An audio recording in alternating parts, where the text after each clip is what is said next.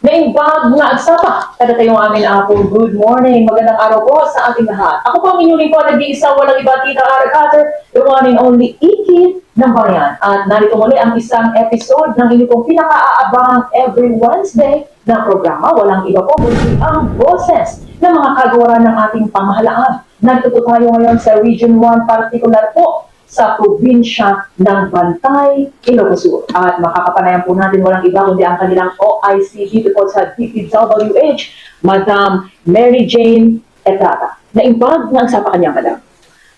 Naimbag nagsapa ma'am, kung kadagiti followers can listeners, ti Balitang Northern Luzon, naimbag na bigat tayo amin. Okay, ma'am. Siguro diretso na po tayo sa ating mga katanungan sapagkat marami po tayong pag-uusapan at mamaya at tayo ay mag-i-inspect. Okay, Pero sa ngayon muna, interview muna po tayo. Balitaan nyo naman po kami dahil nung una po namin punta dito na ipabalita po sa amin ang napakaganda ninyong proyekto, ang mga solar lights. Yes, ngayon ma'am. naman po, pag-usapan po natin dahil madalas ang paparating ng mga bagyo.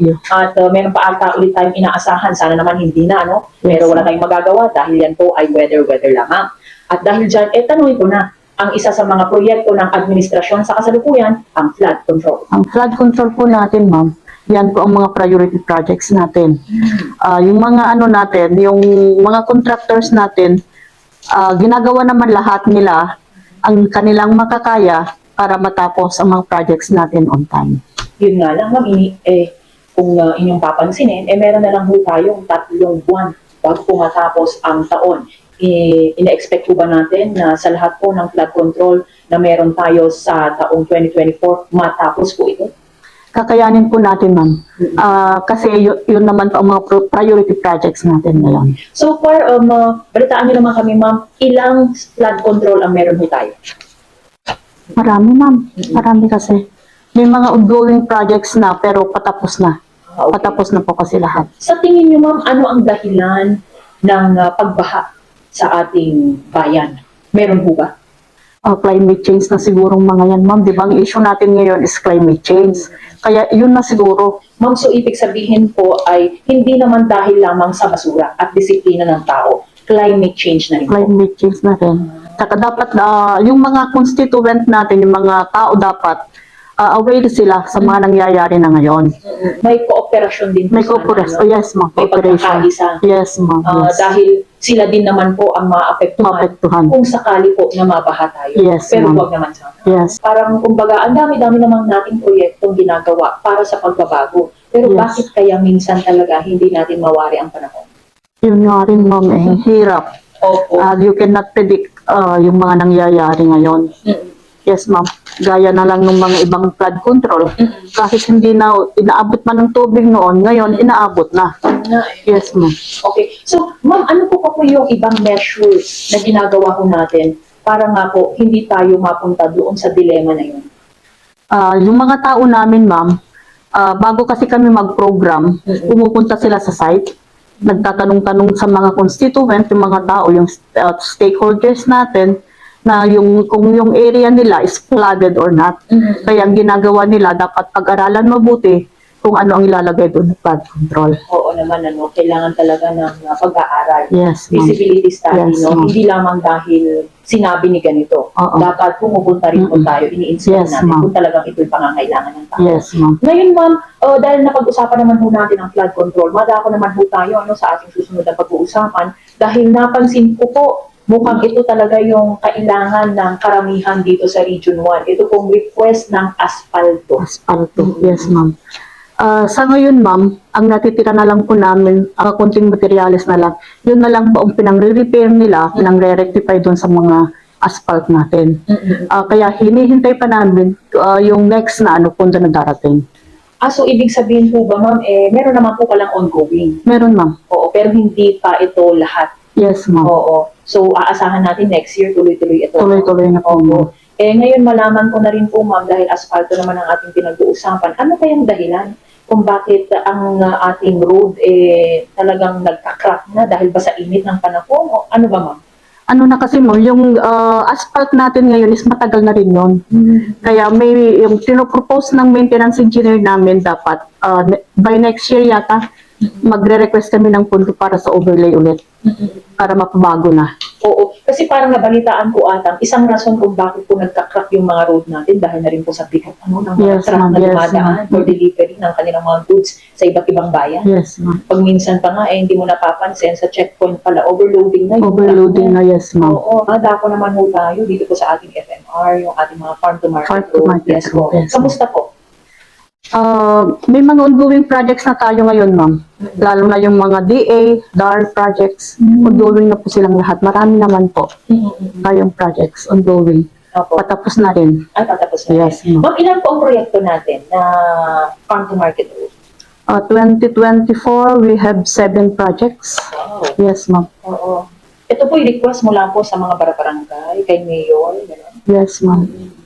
para din sa ating mga farmers. Ano? Yes, ma'am. So, sa 7 po na iyon, ilan na po ang kompleto? I think, At ilan na lamang po ang ongoing? kasi yung iba ma'am is for bidding pa kasi yung iba kasi late release. Kaya may 3 projects nang completed. Okay, that's good to know, ma'am. No? Yes, Ma'am, on your office, may I know kung meron po kayong gustong i-anunsyo sa ating publiko ng mga proyekto? Yes, ma'am. Itong 2025, we have 40 projects. Ongoing na yung programming namin. Maybe this month or the following month, we will be having our bidding. Ma'am, may Magbibid I na kami. know how much did you request ngayong 2025? We have more than 800 million. Ayun. 500. Ma'am, with the 800 million, ano-ano po yung mga nakalagay dito na proyekto? Na mga priority, ma'am? Flood control, Okay. roads, may mga buildings din tayo. Okay. Yes, Buildings like multipurpose. schools o multipurpose? Multipurpose. Okay. So, Tsaka buildings meron din. mga barangays yan, ano? Yes, ma'am. Okay, Yes, okay. ma'am. So, ang priority projects natin dun sa 800 million na request for the year 2025, flood control, building like Buildings. multipurpose, Yes, ma'am. and then roads Yes, ma'am. ulit May for mga the bridges highways. pa, ma'am. Sa highway ba ito, ma'am, yung mga roads natin or sa barangay? Barangay na lahat, ma'am. Lahat-lahat na po. Naka-cluster ba ito, ma'am, or hindi? Hindi naman, ma'am. Okay. Kasi yun ang magiging regular infra namin for 2025. So, ma'am, tanong ko lang, last question, ma'am. Ano yung challenges na na-encounter natin lately?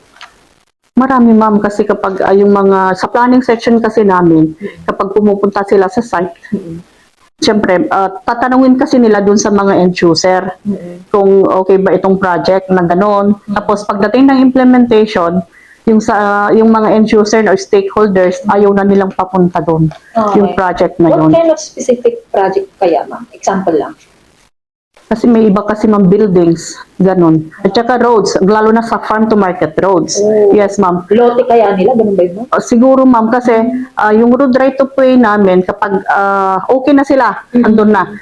Pero kapag implementation na, ayaw na nila. Kaya doon kami nagkaka-problema at saka minsan delayed na ang projects namin. Oh, Kasi isa-settle pa namin yung Kaya nga. Yes, ma'am. Paano yun? Para sa kanila naman yun. Ewan ko ma'am sa kanila. Pero Ano for yung their good approach? naman yun eh. Opo, ano yung approach na ginagawa natin? Para maintindihan nila, maisagawa yung Yun nga ma'am, kami ng consultation meeting Oh, I sa mga see. stakeholders.